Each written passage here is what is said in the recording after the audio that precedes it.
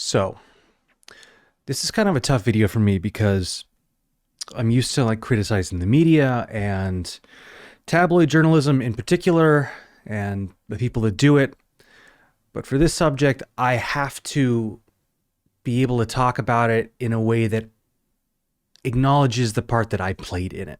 And I'm making this video because when we found out about Matthew Perry dying, it hit a lot of us really hard. It hit me really hard too. And I think a big part of that was that it was a shocking death, of course, and really tragic, but it was especially because it was a TV star. It was someone that most of us, if you're alive now, you grew up or spent a significant portion of your life watching Friends, being aware of Friends, seeing Matthew Perry on TV and new episodes and infinite reruns in movies. What they say about TV, it's not like on the movies where you're bigger than life. In TV, you're in someone's home and they feel much more intimate. So it was really hard on a lot of people because it was like seeing friends or family die. But it was especially difficult for Matthew's actual friends and family because by all accounts, it seems like they found out from TMZ.com first. So TMZ has this uncanny ability to break celebrity death stories more than any other outlet. It makes you wonder, how are they able to do this? How are they able to get ahead of every other outlet? How are they able to get ahead of friends and family to get this information? So in this video, we're gonna look at some of the people that are involved in celebrity death reporting at TMZ, which is gonna be Harvey Levin, the LAPD, and then select staffers, including myself. In the days following Matthew Perry's death, there was a lot of reaction as to how they do this. Did they pay off the cops? How did they get this information? And so I want to address all of those questions, all of the accusations that have been online everywhere about how this process works. According to Matthew Perry's death certificate, he died at 4:17 p.m. at his home in LA. TMZ published the story of his death at 5:10 p.m. That means TMZ had less than an hour before they found out, were able to verify the information and publish the story. So how are they able to find out before any friends and family? And the answer is law enforcement. It's honestly no big insider thing. It's the second line of the article. Law enforcement sources tell us. It's something you see in a lot of TMZ articles, especially when it comes to death. Which of course brings us to then, how does TMZ have this crazy close relationship with law enforcement, particularly the LAPD? And it's something that's hard to figure out because there's so many people that work at TMZ. It's not like there's one staffer who just goes by TMZ cop guy online. Right? So this is Dennis Broad, aka TMZ cop guy. And here he is visiting and handing out merch at the LAPD Communications Division in 2019. So what's his background? What's his story? How is he so closely affiliated with law enforcement in LA? Well, Dennis is a former private investigator. And by the way, licensed private investigators have access to software for all kinds of public records. Phone numbers, addresses, everything. And what he does is from about 2:30 in the morning until about 4 or 5 in the afternoon, he's on the phone calling law enforcement looking for stories. And a lot of these calls are just to follow up on tips that TMZ received through email or through their phone tip line.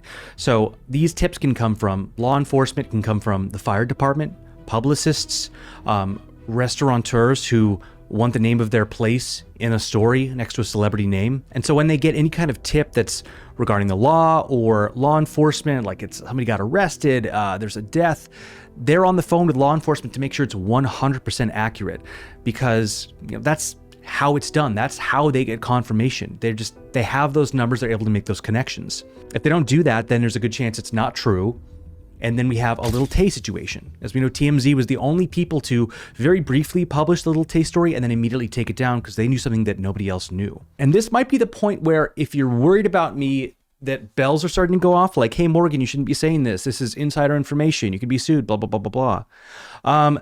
Everything I just said is a direct quote from Dennis Broad in an interview he gave to the Hollywood Police Activities League in 2020, which has a grand total of 24 views on YouTube, 9 of which are from me. How do you guys get tips? We have emails and we have a tip line, a phone line that people, will call us. Neighbors will see police at somebody's house and they'll call us. I know a lot of law enforcement. I know a lot of fire guys. You'd be surprised where we get tips going, hey, so-and-so is going to be here, So that brings us to the next question, which is why? Why does law enforcement work with TMZ? Why does anybody work with TMZ, frankly? Is it money? Are they paying these people off? So let's get into that. The fact of the matter is TMZ 100% pays for photos and videos. They pay for photos and videos because that's hard evidence. It's something that they can fall back on. It's, I'm seeing it, I understand it, we can make a story out of this. And it's an asset that they can own exclusively. Now again, if that statement had some bells going off, like Morgan, be careful, insider information, blah, blah, blah, blah, blah. That wasn't me. That was Harvey Levin speaking at the Code Conference in 2016. I have absolutely no problem buying photos, buying videos, because objectively, it is what it is. Okay, so now with that, let's say there's no photo or video associated. It's just pure information. Hey, I heard about this thing. What's the motivation for that? And honestly, the best example I could think of is the movie LA Confidential. Not to invoke Kevin Spacey in this conversation in any way, shape, or form, but his character in that movie, which is a cop who is purely motivated by, wanting to be a hotshot in Hollywood. And he even has a little tiny sweaty guy who works for the tabloids on the take. That's Harvey Levin, that's TMZ, that's the LAPD. So now we understand some of the motivations, where the information comes from, whether money changes hands. And so now we have to get to the publishing side of it, which is the TMZ staffers, including me. You can take this however you want, but that office is one giant room with 200 people in it. There are no windows, and you arrive before the sun rises and you leave after it sets. It is filled with cameras. Every inch of it is being filmed back to back for the 3 TV shows. The offices have glass walls. It is the definition of a reality distortion zone. And it is unfortunately where a lot of people who could be good intentioned, who have, journalism majors, people who love the industry like I did. You go there and you get kind of seduced by the money, and, you're locked in this office. You don't have any time for a personal life, and things start to get skewed. And that's how people who otherwise are like Santa and very, very nice to you, like Dennis, can brag about having the kinds of connections that lead to headlines like this, and then immediately tell a group of children in an interview that they should be good people and be decent to each other. Try to be a good person. That's all. In life, I try to be a good person. Help people when you can. So now we can get to the me part. If you know the years I worked there, then I was in the room for the death of Prince, Carrie Fisher, Debbie Reynolds, and Anton Yelchin. I had varying degrees of involvement because my title changed a few times there. I started off working in YouTube, kind of making their digital exclusives, and then on the web edit desk, and then finally running the paparazzi from the office. And this is the part I can't really go into details about, like what I did specifically. But when the stuff like the Matthew Perry stuff hits, and you see reactions from family and friends, you start to realize how much of an impact all of that had on people's lives. I know what I had to send out camera crews for, and you hear about stuff like Vanessa Bryant finding out about Kobe, and Gianna through like push notifications from news stories saying R.I.P. Kobe, and like Wolfgang Van Halen, he was in the hospital and didn't even have 20 minutes to grieve because it was already plastered all over every news site. Because according to him, TMZ paid off someone in a hospital. And it makes me think about my own mom's death, which was recent.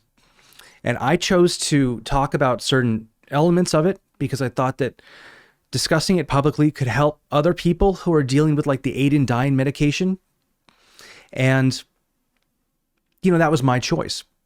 But I could so easily see that whole day how if there are like 3 to 5 people who could have said something, and if I was a celebrity, I could so easily see who could have said something, and then how so easily that entire day process could have been like 3 different articles that got published in real time, and how they could have easily found her address and sent a camera crew, and there would be photos and videos of her body being taken down the stairs and put into a coroner's van. And I cannot possibly imagine what that would feel like. And the fact is, it's a hypothetical for me, what I'm discussing, but that is a reality for a lot of people. And it's TMZ's fault that they have to go through that. The worst day of my life could have been twisted and used for profit, because getting the exclusive is more important than any morality, than any sense of decency. It's about getting the story. It's about getting there first and forcing all the other outlets that don't take TMZ seriously to have to backlink to them, because they're the ones who broke the story. And that little word exclusive is the thing that gives TMZ that power. So this is the part of video now where I'm supposed to say, don't wallow in this. There are solutions. We could start a hashtag. We could start a petition. But that stuff's not going to work. There's plenty of people that have tried to take down TMZ for a long time, and it's just not going to happen. But the fact is, Warner Brothers sold TMZ to Fox for a very embarrassingly low amount of money just a few years ago. And what that low amount of money says is that TMZ is dying. It says that there's only a few things really keeping the lights on. It's this thing that's cheap to make, that pumps out many, many hours of content over shows and websites, many websites. And really, it's these investigations that are able to get them the amount of clicks that they need to merit their own existence. And frankly, if you've looked at the site anytime recently, the rest of the stories are all write-ups of Instagram posts or D-list celebrities. But there's really only one more invasive, gruesome death story that the people at TMZ need to write. And that's Harvey's. When he's gone, the Mad King will be dead, and the whip he cracks will be set aside. And the handful of people who are working there now, who are half-decent people at heart, and I'm not going to say who you are, but if you're seeing this, you know who you are, and you know you have that power.